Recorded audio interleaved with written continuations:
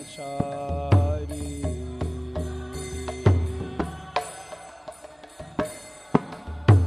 Jaya Radha Madhava Kunda Vihari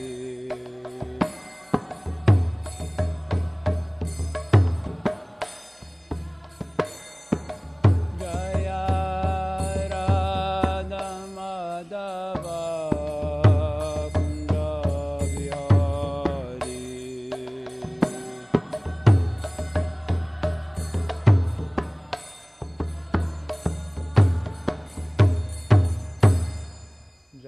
Vishnupada Paramahamsa Parivrajacharya Shatarashata Shri Shri Mara Divine Grace Sri Bhaktivedanta Swami Prabhupada Ki Rajagrantha Srimad Bhagavatam Ki Samveta Bhakta Vrinda Ki Nithai Gaur Pramanandi All glories to the seven devotees, all glories to the seven devotees, all glories to the seven devotees, all glories to Shri Guru and Gauranga. Wow, this one.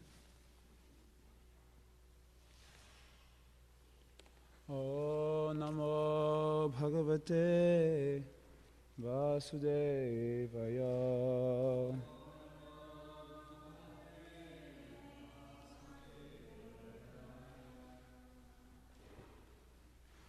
Om Namo Bhagavate Vasudevaya.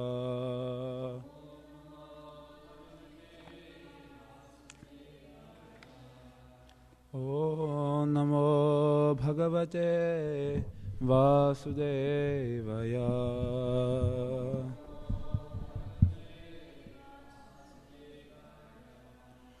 Tasyam prapidyamanayam Abhimani Puranjanaha Avaporuvidham Stapan Kutumbhi Mamata Kulaha.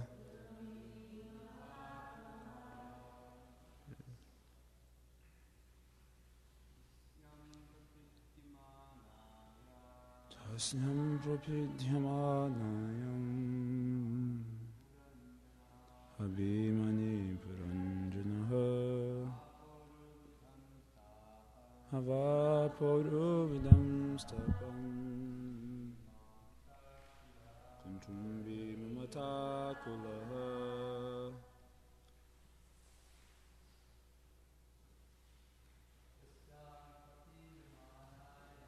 Tasyam prapitamanayam Abhimani puranjana Avaporuvidam stapam Kuntumbi mamata kulaha. Mothers, Tasyam prapitamanayam Abhimani puranjana Avaporuvidam stapam Kutumbi mamata kulaha. Tasyam prapidyamanayam Abhimani puranjana Avaporuvidam stapam Kuntumbi mamata kulaha.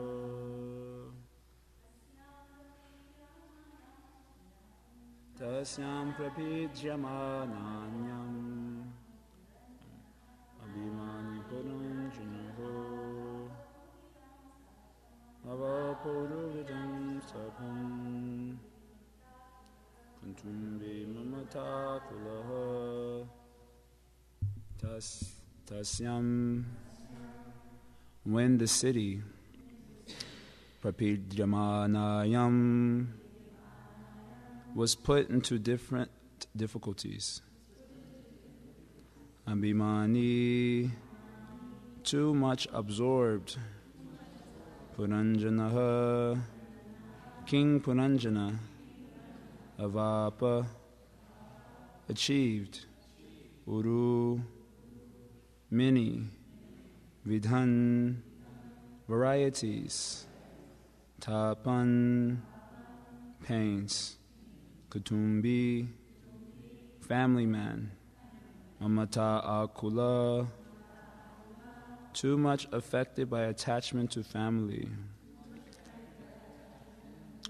Translation and purport by Srila Prabhupada Ki Jai. Translation: when the city was thus endangered by the soldiers, and Kalakanya, King Puranjana, being overly absorbed in affection for his family, was placed in difficulty by the attack of Yavanaraj and Kalakanya.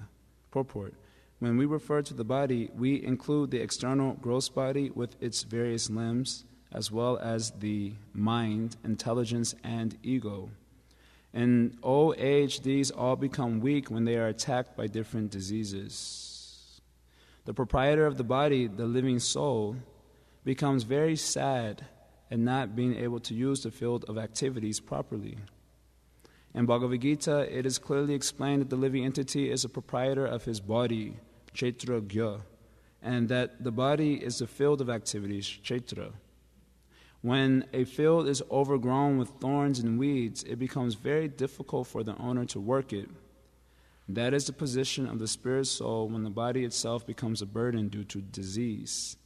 Extra burdens are placed on the body in the form of anxiety and general deterioration of the bodily functions. Srila Prabhupada Ki Jai. Om Gyan Timirandasha Giranjana Shalakaya Chakshuramiditam Yena Tasmai Shri Guruve Namaha Shri Chaitanya Manobhishtam Stapitam Yena Bhutale Swayam Rupakadamayam Dadati Swapadantikam Vanchakavatarubyashcha Kripa Sindhubhyare Vachapati Tadam Pavanebhyo Vaishnavebhyo Namo Namaha Jaya Shri Krishna Chaitanya Prabhu Nityananda Shri Advaita Gadadhar Srivasari Gaura Bhakta Vrinda Hare Krishna Krishna Krishna Hare Hare Hare Rama Rama Rama Hare Hare. I'll just read the translation again because I kind of botched it up. Translation: when the city was thus endangered by the soldiers and Kalakanya, King Puranjana, being overly absorbed in affection for his family, was placed in difficulty by the attack of Yavanaraj and Kalakanya. Hare Krishna. And Srila Prabhupada is giving the analogy from chapter 13 of Bhagavad Gita of the Chaitra and the Chaitra Gya, the knower of the field, and the field of activities. So the field of activities refers to the body in the context of Bhagavad Gita, but the idea of this analogy is that the field of activities is the source of happiness. And it begins with the bodily concept of life. So in the field of activities, which is the source of happiness, then the Chaitra Gya, the knower of the field, plants many seeds. The many seeds of desires in that field of activity, which is the source of happiness. And then, of course, those seeds of desire, although planted and cultivated very nicely by the Chaitra Gya, the knower of the field, on his own strength, he's not able to manifest the fruits of those seeds. It has to rain. Otherwise, the seeds don't sprout. So in the same way, without the authority of the Lord, then those seeds of desire never come to pass. The Lord, in this context, means the Paramatma, who knows the karmic reactions of the jiva. So according to his desire and his deserve, then Paramatma will give accordingly reciprocation. And then some of those seeds will begin to fructify, and the field of activity is a source of happiness. So that's the idea of the analogy. It's very, sagacious, very nice analogy of Krishna. The idea of the source of happiness, the field of activities, it begins with the material body, but that concept expands to the whole material existence. It begins with, I think I'm this body, that's the original source of happiness, but it begins to expand to other things which we also will consider the source of happiness, the field of activities. So for example, for a student, his field of activities is, let's say, school. And he sees school as the source of happiness. And so then he invests all his desires into school, thinking that I'll get a very nice education, and from there everything will start to work out very nice. I'll get a job, and I'll be able to make nice money. And when I get good money, I'll be able to get women, etc. So that school becomes his field of activities, right? And then within the school, he has his particular field, right? Material science or whatever, art, mechanics, like this. It expands. Let's say for parents, their material field begins with the body, but it extends to their children. So their children become something like a field of activity. So they invest desires into the children in order to fulfill their own desires. Just like sometimes parents, let's say, I'm just giving an example, they maybe weren't good enough to live out their dreams to be a sports star. So when they have their kids, then they want to train their kids up as, soccer players and baseball players with the hope that I'll be able to live out my desire for fame and prestige through my kids. I think that was true with what was his name? I don't remember his name. The Williams sisters' father. He couldn't be himself a tennis player. So from birth, he just trained his kids up how to be really good tennis players. And that way, his kids become the source of his happiness. I'm not going to name the movie I'm thinking of because I see devotees sometimes go check out these things on YouTube, so we have to be careful what we say. That happened to me. I was mentioning an analogy in Bhagavad Gita class, and one devotee went and looked it up on YouTube, so I said, I better be careful. But in one of the movies that I used to like, it's a ballet movie, so don't go Google search engine. There was a ballet movie and in the movie there was one girl who was a very, very good dancer. She was starving herself and all these things to be a good dancer. But she didn't want to be a dancer. It was her mother's desire. So her mother was putting all types of pressure on her. She had her trained from youth, and she wouldn't allow her to do anything. Finally, at the end of the movie, she breaks out of her mother's field of activity and gets her own field of activity of sense gratification because she didn't want to be a dancer. So in that way, although it appears that persons are, in context of what I'm saying, selfless, actually, in the material world, for all created beings, it is their own self that is most dear. This is a statement of Shukadeva Goswami in the Bhagavatam. No one is more dear to us in this material world than our own selves in conditioned life. That's reality. And although one may say that seems counterintuitive because, well, what about parents and their kids? They sacrifice all energy for their kids, right? Or a patriot. He's sometimes a patriot will even give up his life for his country. So how can you say that it is the self that is most dear? Because they'll even give up their own lives for their children or their country. So then the Bhagavatam explains, that appears to be so, that they're doing it in a selfless way. But actually they've expanded their egos into those things. So if the patriot didn't think of himself as a patriot of a great country, would he make the same sacrifice for his country? Just like devotees, we don't consider ourselves patriots, right? Like we hear, okay, let's go and vote, let's go and fight for the country. We don't get into those things. Why? Because we don't consider ourselves as patriots, and we consider ourselves as servants of Krishna. So therefore, doing that activity doesn't match the conception of ourselves that we're having, which is a proper conception, the conception of service to Krishna. But if we thought of ourselves as a patriot, then going and sacrificing my life for my country gratifies that egoistic conception. So it's not at all selfless, because if I didn't have that conception, I wouldn't go for that sacrifice. So in the same way for parents, the parents will expand their egos into their children. So it looks like a selfless affair when the mother is sacrificing her life for the kid or something like that. But in fact, it is her own self that is most dear, and that sacrifice gratifies that egoistic conception, and therefore she appears to be selfless.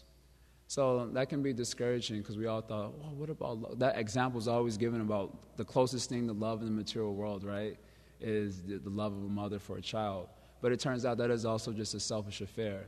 The idea is that if you look at it superficially, it most closely resembles something like pure love. But actually, it's all a selfish affair.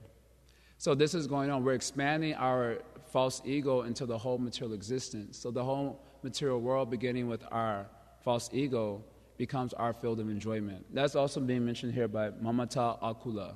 Well, mamata means mine. Mine is based on the conception of I. And the more we get absorbed in the mind, then the more the conception of I becomes reinforced. And that way we're shackled down into the material existence. So this is the analogy that Krishna is giving of the Kshetra and the Kshetragya. It's a very nice analogy. So having invested so many desires into the field of activity, we are hoping that the fruit of that investment is going to rise up in the form of a nice fruit tree, an apple tree, or a mango tree, or a CEO tree, or the artist tree, or the famous rock star tree. What else is very popular today? Astronaut tree. No. Well, these are the various trees that we want to sprout up. We're making our various desires. Of course, every field has certain trees. The trees of wife, home, children, and the rest. As Krishna describes in Gita, all the fields will be having these particular trees in them. And then a variety of other types of trees. So we're hoping that these various seeds will give rise to the tree, and that way we can taste the fruits of our various desires. And as I already mentioned, we can't do it on our own strength. You need rain to come down. So ultimately, the authority of God is required for these various karmas to fructify. So now what Srila Prabhupada is mentioning here in the purport is that when the field of activity becomes attacked, then the Kshetragya, the person who's identifying with the field, becomes very sad. Prabhupada is saying that here. The proprietor of the body, the field of activities, the living soul, becomes very sad at not being able to use the field of activities properly. So suppose now in each field there are unlimited seeds. Because we're in the modes of passion and ignorance, so we keep generating more and more and more and more desires following the general populace. Kamam bikamam anuya prapatam prasangat. Prahlad Maharaj explains, following the general populace, I've been victimized by desire after desire after desire due to my bad association. So then each field has unlimited desires, and only some of the seeds are giving rise to these various trees and the various fruits according to our karma. But somehow or other that never satisfies us. It's like, suppose you planted a mango tree and a mango seed, a grape seed, an apple seed, but only the apple seed sprouted up. Now, that's success. Actually, it's a success, isn't it? I mean, especially because most of us don't know how to plant anything. So if that were to happen, we'd be totally ecstatic. I would be totally ecstatic. Like, side tangential point, when we were in elementary school, they used to give us these science projects to like take care of snails and all these things. You all remember that? And I always used to kill them because we didn't know how to take care properly, you know. We would try to feed it everything. I guess we overfed it. Sometimes we underfed it. Sometimes we would forget, and so you would just kill it. In other words, we don't know how to take care of other living entities properly. So if we were able to actually give rise to an apple tree, that would be success, ecstatic. But that's not satisfying because we planted also a mango tree and a grape tree. And so we can't be satisfied with the fact that only an apple tree has come up. We want all the other trees to also come up. So imagine this field of activity, we have unlimited desires, and according to our karma, only some of the seeds are producing trees and fruits. So the living entity is always dissatisfied because what about all those other seeds I planted? All those other seeds are there. I want those to also come up. So he's hoping against hope. This is called Darashaya Ye, Bahir Arthamanina. Bahir Arthamanina means externally absorbed. And Darashaya means hoping against hope that these other seeds will soon come up. And this hope lasts, I guess, until the end of the life. As I was mentioning in the other class, this business magnate, he's worth $5 billion, 94 years old, and he's getting married to his fifth wife. 94 years old. Isn't that unbelievable? That's not even unbelievable. This is not even the unbelievable part. The more unbelievable part is that he's saying, I just want to have 5 or 6 more kids. That's what he said to the news reporter. That's not even the unbelievable part. His wife said, she started laughing and said, I'm not so young. I said, neither is he. How will he do it? So anyway, the point I'm making is that these desires to be fulfilled last until the end of one's life. Even though the obvious truth is that this is not a possibility. Pashanapinam Pashati, seeing This word pasyanapina pashyati means seeing but not seeing. That means seeing but not examining. We see birth, death, disease, and old age surrounding us, but we never examine it.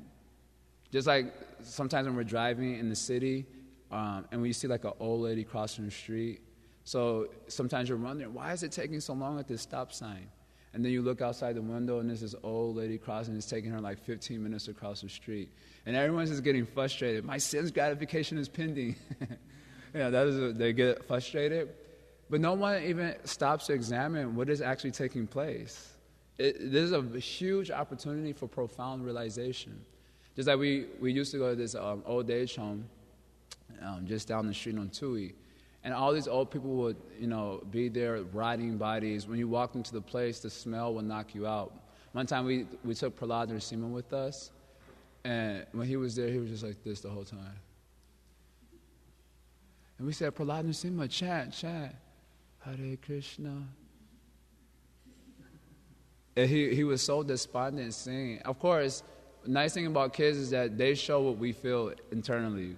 That is the nice thing about internally, we're also thinking the same. It's not that we were so transcendental that, no, we're just about compassion. We were also, many of the devotees would comment when we would walk into the place.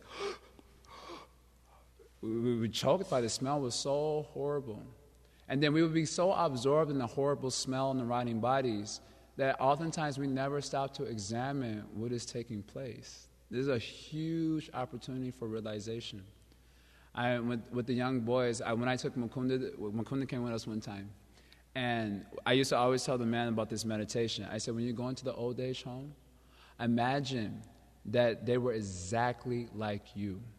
They liked the same video games. They liked the same TV shows. They went to the same school, got the same degree, had a nice family, a nice job, and all these things, and now look at them. Look at their situation. So I said, just do that as an experiment, as a meditation when you go to this place. So then he went inside the place, and when he came out, he was like, that was too intense. It's very intense because if one were to meditate like that, then he gains a spiritual perception, as we were mentioning before, that can protect us from being victims of illusion. If we can see how everything is being devoured by the snake of time, just like if you see a house is being devoured by fire, you're not going to enter inside the house, most likely. In the same way, if you can see the material world is being devoured by the snake of time, then you're not going to try to enjoy it. So therefore, Pingala says you become qualified to be the protector of your own self. So anyway, this is a situation. We have all these desires we plan, and we want them to be fulfilled. Some of them are not being fulfilled, so we're hoping against hope that they will be fulfilled in due course of time. But then the time factor is destroying everything.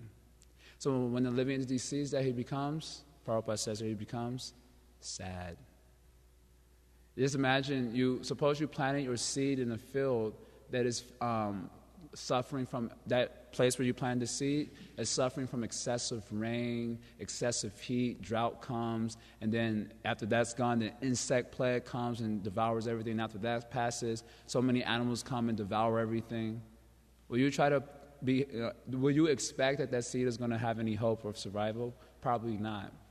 So that's what's happening in the material world. We planted all these seeds in our various fields of activities, which expands to the whole material world, beginning with I am God and the whole material world is mine. And then all these activities, trees, seeds of desire are being killed by the excessive rains and insect plague of the time factor. So because the jiva is thinking that this field of activity is the source of his happiness, that's how we are defining. Field of activity means a source of happiness. So naturally, if your source of happiness is being devastated, then you're going to become sad. This phenomenon we can see happen all the time in terms of people's cars. Sometimes when their cars get hit, they become sad. Because the car is their field of activity. Literally, like a field of activity, and they're going to use it to drive all over their other fields of activity in the material world. Just like one of my friends, his car got smashed on the side. And he has a very expensive car. And it got smashed from the side, so that, and the person who smashed him said that it was his fault. Even though the guy was drunk and he smashed him to the side. Anyway, so he was so devastated. I wouldn't say devastated, but he was just like frustrated.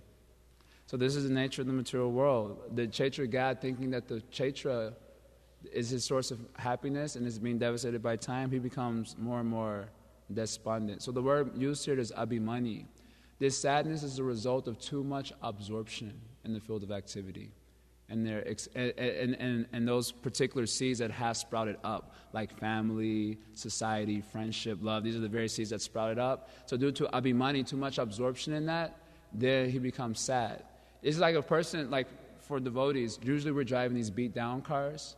So if it gets hit, it's like, okay, Jitendra will fix it, like that. Where usually, I'm not saying that's a good thing, I'm just saying that's usually what happens. We drive like the Toyota Corolla, and I'll speak personally. We have one other Toyota car, it was a red car. I used to drive it most of the time. And right before I went to India, like a week before I went to India, I got into a huge car accident, and the whole car was totaled. And then I said, anyway, it was old. Jitendra, of course, was very fried. He was very fried with me that time. But I was very detached because I said anyway, it was useless thing. Why we should be so attached after all we're devotees, etc. Like that we were mentioning. So in other words, I wasn't absorbed in the car. I didn't identify with it so much. It wasn't mine. And therefore, when it got totaled, of course, this was not a very responsible mentality, but I'm making a principle here. Try to understand the principle. I'm not promoting, irresponsible behavior. It was irresponsible. It was my third year or fourth year in Krishna consciousness. So anyway, it was irresponsible behavior, but try to see the principle. The principle is I wasn't attached to it as mine, and therefore I'll be detached. So in the same way, this abhimani is being used is due to too much absorption, and the language of the Bhagavatam is dvitiya. Dvitiya means seeing something separate from Krishna. Bhayam dvitiya biniveshata shat. Ishara petasha viparyayo ashmitihi. Tamaya yato, what is that? Tamaya yo tan abuddha, I forget the Sanskrit. Tamaya yato Buddha abhajatam. Bhaktai kayesham guru deva tatman. This is a very important verse of the Bhagavatam. So it mentions the whole situation, why this absorption takes place. So it is described there by the Navayogindras, that it begins with Ishare Petasha. It begins with we turn our back on Krishna. Of course, that can refer to the original, let's say, fall down from the spiritual world, but it also refers to when we're doing every day, throughout the day, we may have periods where we're turning our back on Krishna. So we shouldn't think of this turning our back on Krishna just as the original fall down. But constantly, this tendency to turn the back on Krishna is there in the jiva, because he's very minute. So what happens when he turns his back on Krishna? Then it mentioned two effects of turning the back on Krishna. Viparyayo. Viparyayo means one's conception of life becomes reversed. So instead of thinking I'm a spirit soul, I think that I'm a product of matter. That is the first effect of turning the back on Krishna. And the second effect is ashmitihi, tat. Ashmitihi means forgetfulness of that, tat means that, forgetfulness of that Lord.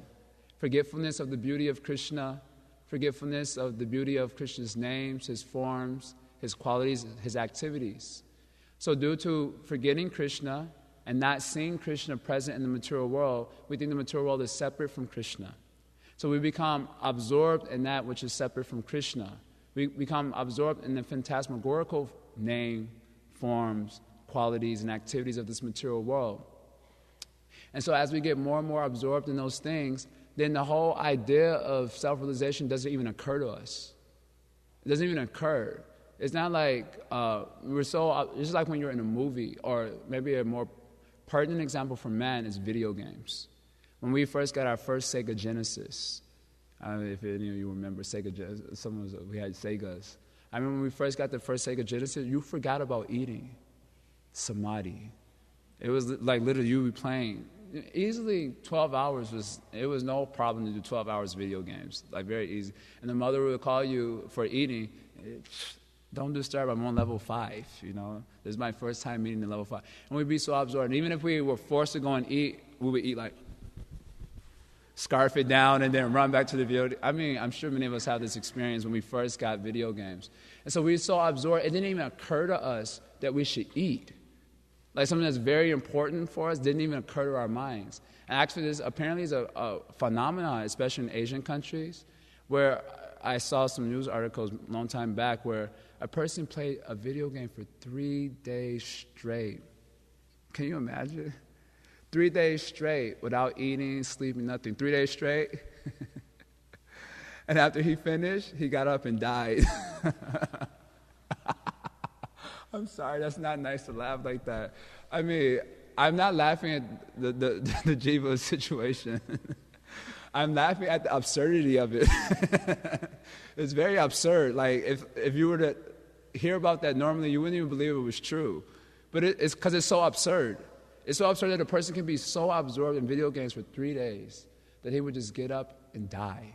Because he didn't eat, he didn't sleep, nothing. So the body couldn't handle the pressure, he got up and died. And apparently this is a phenomenon that happens particularly in Asian countries. It happened to a young man in America about a year ago, so that's how it got into the news. And then they had links for Asian countries where this is quite a popular phenomenon. So in other words, I'm explaining the principle.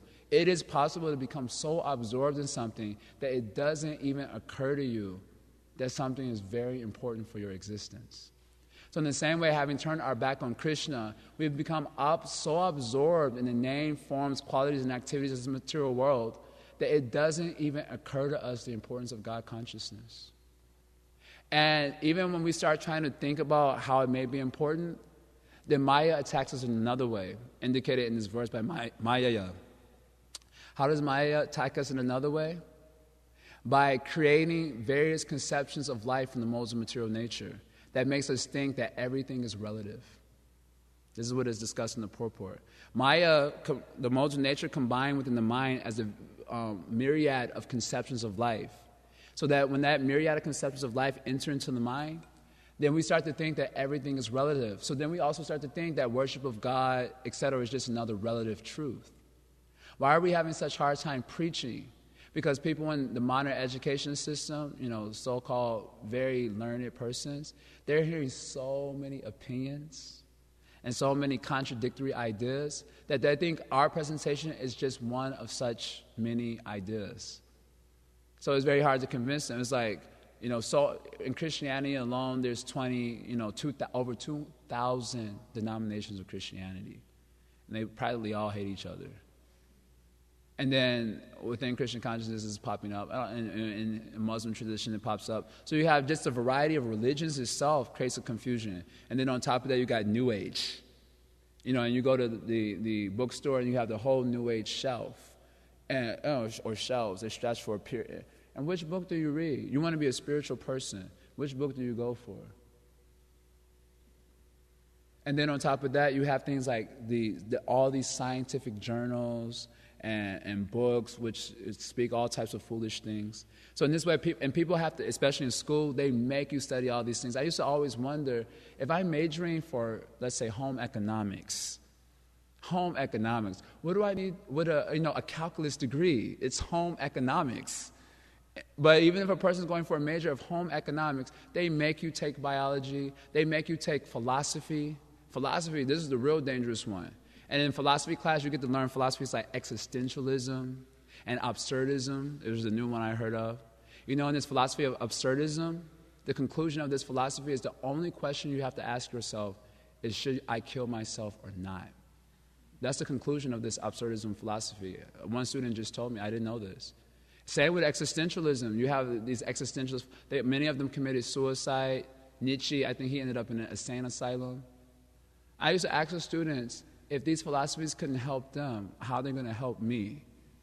Why would I have to study these foolish things? No, but you're forced to say, if you want to graduate with honors and get on the dean's list and get a good job, you better learn to take all these classes. So then what happens, you hear all these various opinions. And not only are you hearing them, but you have to absorb yourself in them if you want to pass a test. And then what happens is a God-conscious devotee comes along and he starts speaking about Krishna, and we start to think, that's just one of the many ideas that I've heard.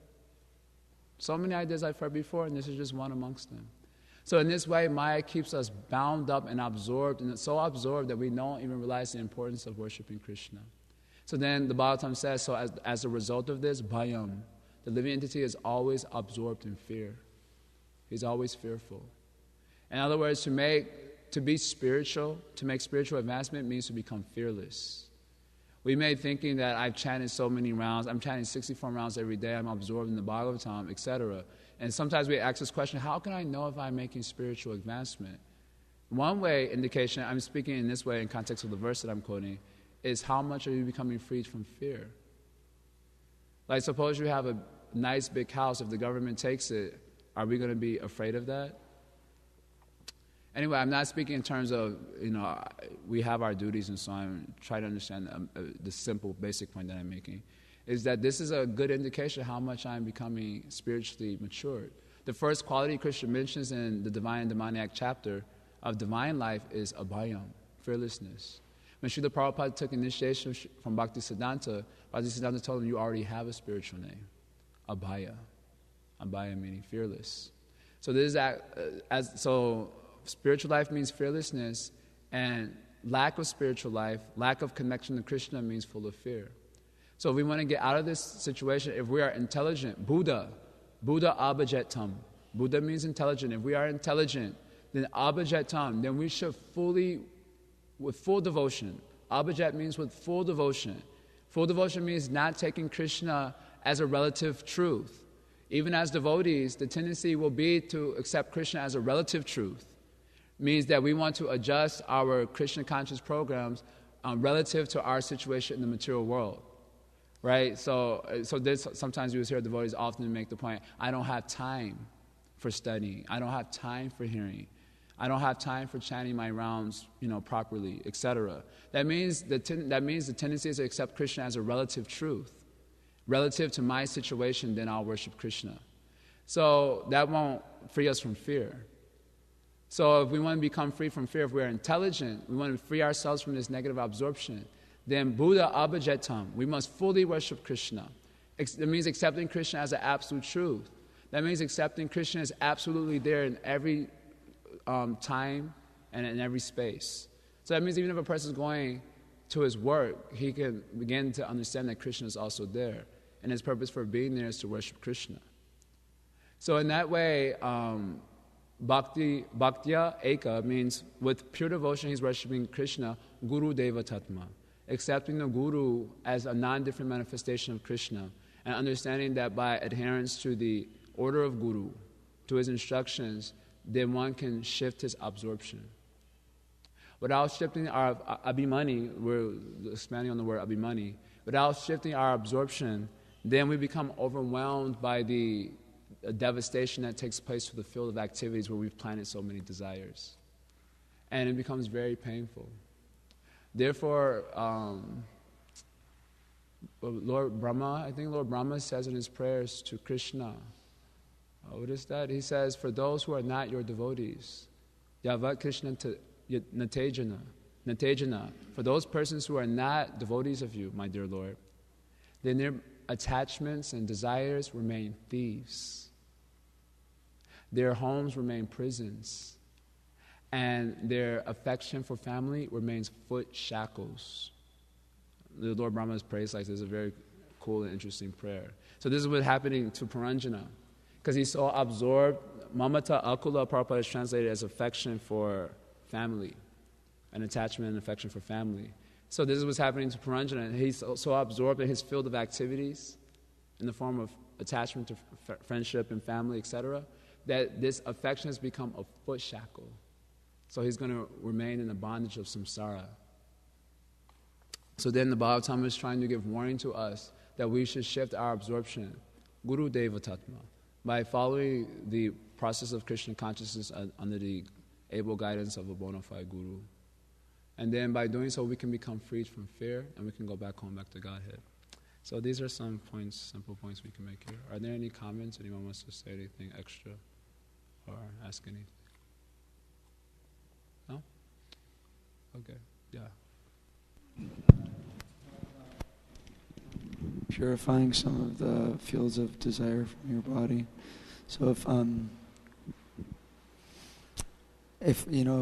one has different fruit of, you said unlimited fruit of desires that keep coming up in a myriad of different seeds, is it best just to keep ignoring them? or is it? I mean, I'm supposing it's individual, but could you talk about that practically? There's a verse in the Bhagavatam. It's mentioned, akama sarva kamova moksha kama udaridihi tivrena bhakti yogena yajeta purusham param. So it mentions whether one is desireless, like a devotee, or he's full of desires, or he has desires for liberation. If he is udharadi means he has a broad intelligence, broad-minded person, then he will worship Krishna only. So many times people think this verse means that if I have material desires, let me worship Krishna, and then Krishna will fulfill I'll worship Krishna for fulfilling my material desires. But Srila Prabhupada clearly says in that purport, no, that whatever it is, whether you're full of desires or no desires or desire for liberation, in any case, you should worship Krishna fully. That means only worship Krishna. And then Krishna, will fulfill desire accordingly, according to his own, let's say, kindness or his own, desire. According to his own desire, he will fulfill the desire. But Prabhupada says there that whether we are full of desires, it is not that we should worship Krishna to fulfill those desires, nor should we try to pursue material desires on our own. That is just sheer foolishness. Rather, we should fully worship Krishna. And then Krishna, the way Krishna consciousness works, is that he fulfills all those desires in a very unique way. Just like if you have, Prabhupada would say, if you have $1 million, then all your $10 problems are solved. Right? And there's something else that's interesting about this analogy. When you have $10 million, you have $10 million desires. Your $10 desires go away. Right? This is a unique thing about having more and more money. So in the same way, the way Krishna fulfills all our desires is by giving us $10 million in the form of his own association, in the form of experience of the happiness of Krishna consciousness. So when one gains that experience, then he gets the fruit of all the desires. What is the fruit of all the other desires? He wants to be happy. So by getting that experience, then all his $10 desires go away. Because now he has this big, big desire to please Krishna. So we need not give attention to material desires in terms of absorbing ourselves from that focus. And just like Prabhupada has given another analogy that is interesting, that when you have ink is a very dense substance. And if you try to clean a cup of ink, it is very difficult to do so. But Krishna said, Prabhupada gives this analogy that if you put a more dense substance in it, then the ink will go away, and everything gets purified. So the more dense substance in ink, Prabhupada mentions, is milk. So you pour in the milk, and then all the ink goes away. So our process, we always hear this about Krishna consciousness, that Krishna consciousness is the positive alternative. We hear this a lot, isn't it? Krishna consciousness is the positive alternative. Prabhupada says yoga means plus, right? Yoga means plus. He says this in the Journey of Self-Discovery. That's interesting. Yoga means plus. So our idea is to become plus Krishna, or add the denser substance of Krishna consciousness. Then the inky desires will go away. So, and that is the positive alternative.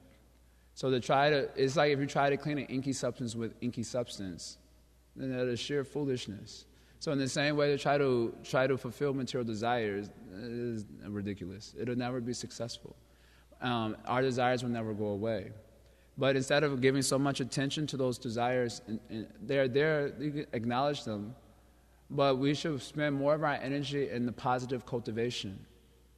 And then in that way, the inky desires will be dissipated. Of course, it is not that we shouldn't take note of certain anarthas that may be especially victimizing us in our present sadak, deha, our present life. There may be certain anarthas that are particularly we're being implicated by, and that way we should bring those things to the sadhus, and in their association have those things surmounted. But then the rest of the time is a positive cultivation.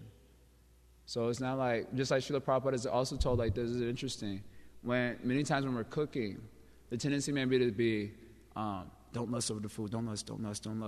But then you've defeated in your purpose. Prabhupada said, rather we should think about how Krishna will enjoy this preparation. And that's a positive cultivation. Rather, if we cultivate the mentality, how will Krishna enjoy this preparation? Instead of thinking, oh, don't lust, oh, that smells good. No, don't say that. They were defeated in our endeavor to please Krishna. But if we're thinking, how will Krishna enjoy his preparation? That is the positive cultivation. So we spend more of our energy in the positive cultivation, and then the negative desires, etc., will subside. That's my Krishna. Yeah. Yeah.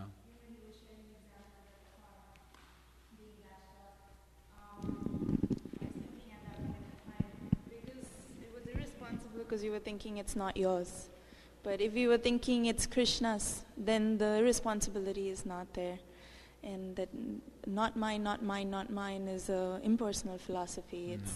It's always the positive that we have to reinforce. That's a nice point. You got that? Were you able to hear? I was trying to simulate it, so if you recognize something as Krishna's property.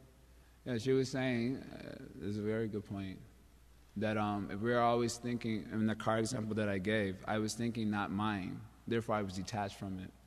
So you're saying this cultivation of not mine is a negative cultivation. Neti. It's a neti process.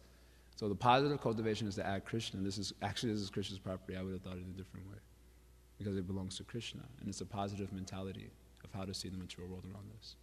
It's a nice point. Okay. Does anyone else want to mention anything? No?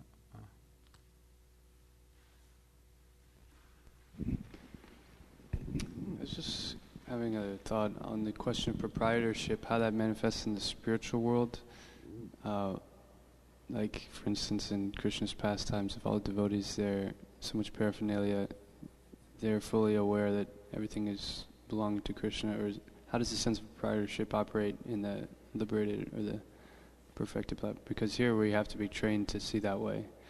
But it may seem like in the spiritual world maybe there's different so-called possessions or something, or maybe that's just the influence of Yoga Maya.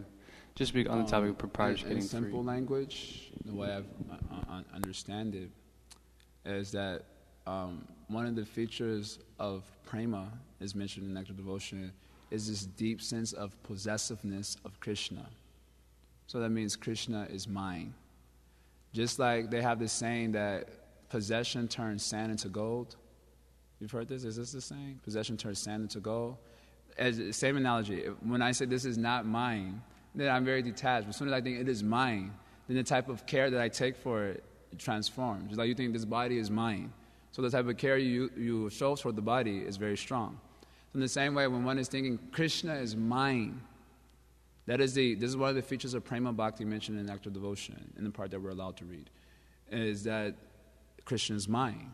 So if Krishna is mine, this is a feature of love. So how you will be relating to Krishna. And then the way you see other things is in connection to that relationship. So Srila Prabhupada is told, just like when a mother sees the shoes of her child, she loves the child.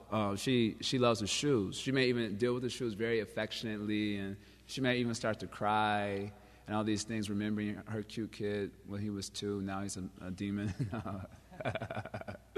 So she may cry seeing the shoes because she sees. It's not. And Prabhupada says it's not that she's loving the shoes exactly. She loves her child, and so because she sees her child in those shoes, so then she loves the shoes. So the way that possessiveness of Krishna works is that I love Krishna. I think he is mine, and then I see Krishna in everything as a result of my attachment to Krishna in that way. The stronger the feeling of possession, the stronger the consciousness gets absorbed. Just like I remember when I was a kid, and not a kid, I was a little bit older, high school, and my younger cousin would come over. He was like a young boy, maybe like 5 or 6. And whenever he would walk into our room visiting us, whatever we would touch, he would grab and say, mine. And we were like, what? And then we would say, okay, you can play with that. And then I would go and play with something else. And then he would walk over and say, mine. I'm like, dang. And then I would go, okay, you play with that. I would go sit at my chessboard, and I would pick up a rook, and he would grab the rook and say, mine. I was like, well, they start young, huh? That demoniac cultivation. So the stronger the feeling of mind, the stronger the absorption, the consciousness. So when one has pure love of God, then they're thinking Krishna is theirs, and whatever particular relationship with Krishna. And then they're seeing everything in context of that relationship. So they see Krishna in everything because the relationship of everything to Krishna, they see Krishna in everything. As a mother sees her child in the shoes, so the Premika devotee sees Krishna in everything. The analogy that is given in the Bhagavatam is very sweet in this regard. Just like if I love you, then you have so many clothes on, but I love the person, not the clothes. So I'm interested in the person and not his external dress. So in the same way, Krishna is in everything. So although it may look like a devotee is relating to the material world, he's actually seeing Krishna in that. And this whole material existence is like a cloth covering Krishna, but the devotee actually sees Krishna.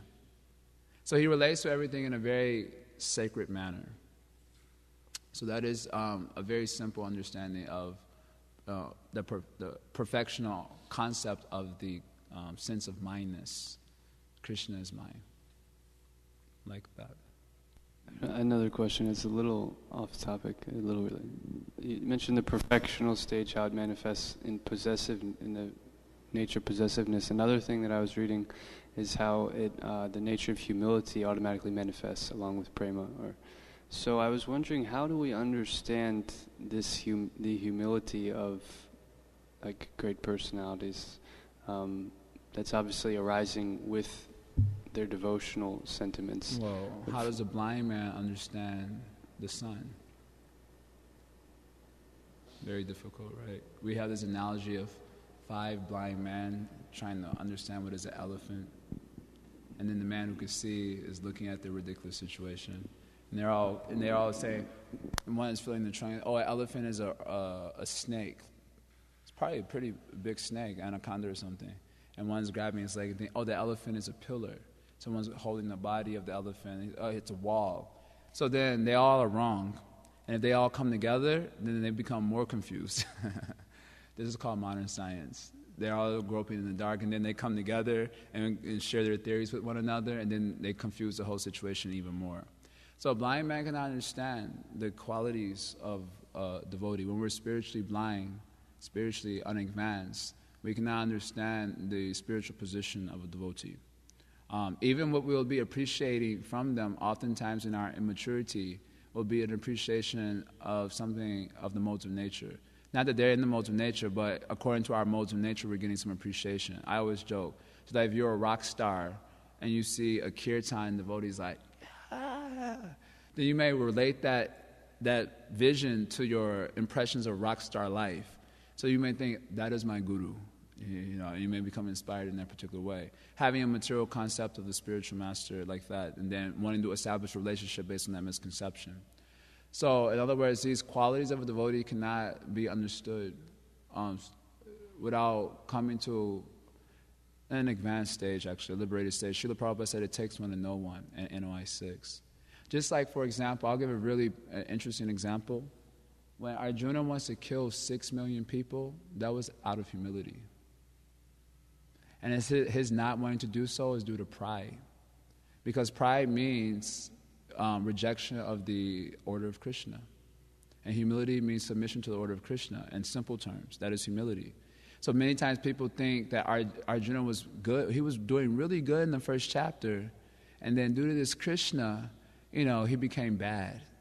In fact, a lot of so-called spiritual authorities, they even say like that. Gandhi, I think, anyway. I think he was noted for saying that if my Krishna is a violent Krishna, then I reject Krishna. I reject Bhagavad Gita. So I guess that's what you did then. So in other words, his point was that Krishna is not violent. So this whole scene on the battlefield is just an allegory. That's something like that. So obviously we don't appreciate that misconstruing of the truth. So humility, so how do you understand that as a humble action? And now, especially nowadays, you have this terrorism going on, and people are doing this suicide bombing and all these things. So now when people read the Bhagavad Gita and they see that, they're relating what they're experiencing in the material world to that scene in Bhagavad Gita. So they don't think it's humility. They think it's demoniac life going on. So in other words, without coming to a spiritual platform, just like if I'm standing on the second floor, I can't understand what's going on the fourth floor. I have to go to the fourth floor to understand what's going on the fourth floor. So in the same way, without coming to the spiritual platform, we can't truly understand and truly gain a profound appreciation for their spiritual qualities. So we've often heard that such spiritual personalities will relate to us in a way that will engender a certain amount of appreciation so that we can begin the process of devotional service. But then we should understand that that we're not having perfect vision of the devotees. Therefore, Bhaktivinoda Thakur, he also prays in one of his prayers, when will that day be mine when I'll be able to see the Vaishnavas properly so that I can chant the holy names of Krishna properly? When will I gain that respect for the Vaishnavas? So Bhaktivinoda Thakur is trying to help us gain insight that it's not such an easy task to really see devotees properly. And he's making the point that by that proper vision of devotees, we'll be able to actually chant the holy name properly. Or say it in the other way, without that vision, we're not going to be able to chant properly.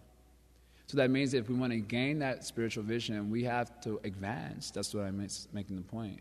Without actually maturing, then it will be very hard to gain a very profound appreciation. We'll appreciate the qualities of goodness, but then when a devotee does something that appears to be passionate, he may be transcendental, but it appears to be passionate, then we won't appreciate. Just like, for example, Srila Prabhupada Maharaj is very gentle, beautiful sadhu, and he speaks very softly usually and very like this. One time at Northwestern University, someone was asking him, if you're a sannyasi, why do you have computers and you're using a PowerPoint? And he was kind of challenging Maharaj in this way. So Maharaj very nicely gave an answer of Yukta Vairagya. He gave like that and explained it to him. So the guy didn't understand, so he raised his hand again. And he said, just like Gandhi, we see that he lived by what he was speaking. So, and then like that, so it was a poke at Maharaj. And Maharaj, he hit his hand on the table, and the whole room was like, you saw all the sound came out of the ether, And Maharaj said, I just explained to you.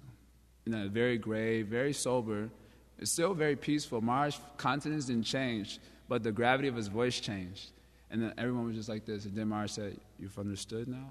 I was like, I remember being in the class and I was like, yes. Because I always had that spirit, like fighting.